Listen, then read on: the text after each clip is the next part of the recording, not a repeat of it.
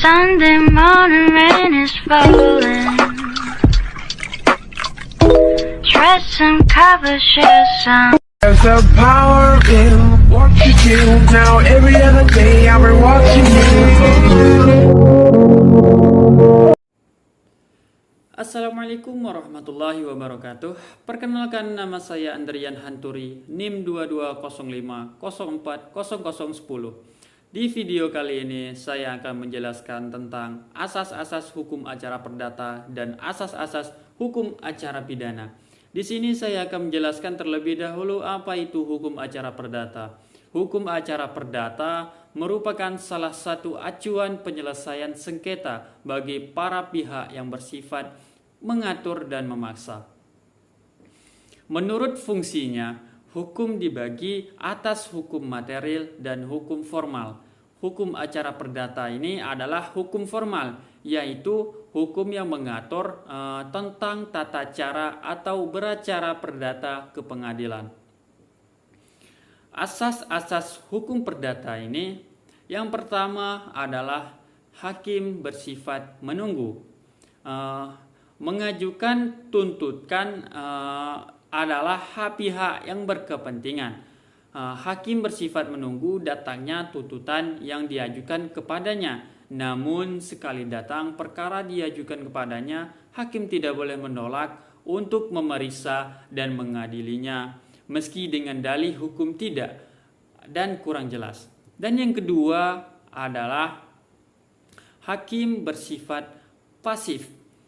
Berdasarkan ketentuan dalam pasal 4 ayat 2 Undang-Undang Nomor 48 Tahun 2009, hakim hanya membantu para pencari keadilan dan berusaha mengatasi segala hambatan dan rintangan untuk dapat tercapainya peradilan cepat, sederhana, dan biaya ringan.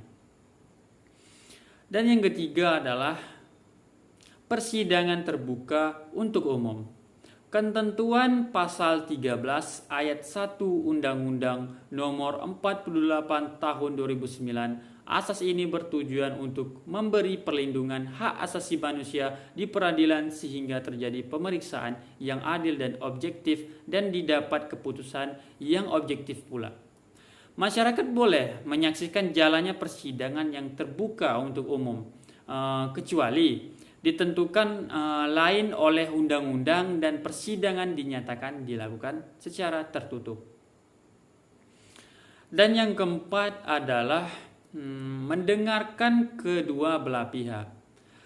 Tercermin dalam pasal 4 ayat 1 Undang-Undang Nomor 48 Tahun 2009, pasal 121 dan pasal 132 HIR, pengadilan harus memperlakukan kedua belah pihak sama, memberi kesempatan kepada kedua belah pihak untuk menyatakan pendapat dan tidak memihak.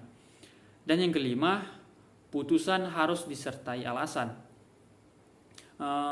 Pertanggungjawaban hakim dari putusannya terhadap masyarakat, para pihak pengadilan yang lebih tinggi ilmu hukum sehingga oleh karenanya mempunyai nilai objektif.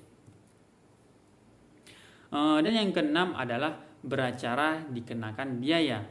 Diatur dalam pasal 2 ayat 4 Undang-Undang Nomor 48 Tahun 2009, pasal 145 ayat 4, pasal 192 sampai pasal 194 RBG. Biaya perkara ini dipakai untuk biaya kepaniteraan, biaya panggilan, biaya pemberitahuan, biaya meterai, dan lain-lain. Biaya yang memang diperlukan seperti biaya pemeriksaan setempat. Dan yang ketujuh adalah tidak ada keharusan mewakilkan dalam beracara. HIR tidak mewajibkan para pihak untuk mewakilkan penyelesaian perkara kepada orang lain. Dengan demikian, pemeriksaan di persidangan terjadi secara langsung terhadap pihak berkepentingan. Dan yang terakhir adalah peradilan secara sederhana, cepat, dan biaya ringan.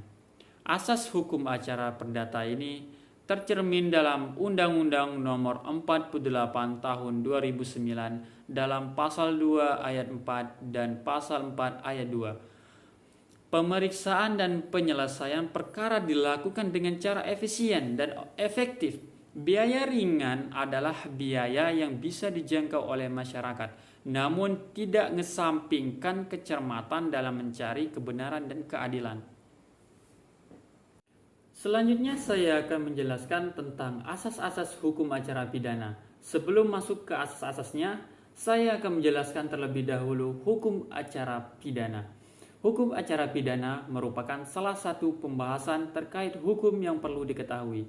Secara singkat, hukum acara pidana merupakan hukum yang mengatur bagaimana cara-cara memelihara dan mempertahankan hukum pidana material. Hukum acara pidana juga disebut sebagai hukum pidana formal. Istilah ini tertuang dalam Undang-Undang Nomor 8 Tahun 1981 tentang Hukum Acara Pidana, yang dalam pasal 285 resmi diberi nama Kitab Undang-Undang Hukum Acara Pidana atau disingkat KUHP. Tujuan hukum acara pidana yang pertama mencari dan mendapatkan kebenaran material, dan yang kedua melakukan penuntutan, yang ketiga melakukan pemeriksaan dan memberikan keputusan, dan yang terakhir adalah melaksanakan putusan hakim. Sedangkan fungsi hukum acara pidana ini yang pertama melaksanakan dan menegakkan hukum pidana. Fungsi ini disebut represif terhadap hukum pidana, di mana jika perbuatan yang tergolong sebagai hukum acara pidana harus diproses agar ketentuan-ketentuan yang terdapat di dalam hukum pidana itu dapat diterapkan kepada pelaku. Dan yang kedua, mencegah dan mengurangi tingkah kejahatan. Fungsi ini dapat terlihat ketika hukum acara pidana dioperasikan dalam berbagai kegiatan penyelenggaraan peradilan melalui bekerja sama sistem peradilan pidana. Asas-asas hukum acara pidana ini yang pertama adalah asas peradilan cepat, sederhana, dan biaya ringan. Dan yang kedua adalah asas praduga tidak bersalah atau presumption of innocency. Dan yang ketiga adalah asas oportunitas, dan yang keempat adalah asas pemeriksaan pengadilan terbuka untuk umum. Dan yang kelima adalah asas semua orang diperlakukan sama di depan hakim. Dan yang keenam, asas peradilan dilakukan oleh hakim karena jabatannya tetap. Dan yang ketujuh, asas tersangka dan terdakwa berhak mendapatkan bantuan hukum. Dan yang kedelapan, asas akusator dan inkisator. Dan yang terakhir adalah asas pemeriksaan hakim yang langsung dan dengan lisan. Terima kasih.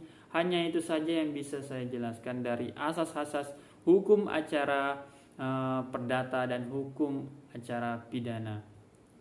Saya mengundurkan diri. Wabillahi taufiq wal hidayah. Wassalamualaikum warahmatullahi wabarakatuh.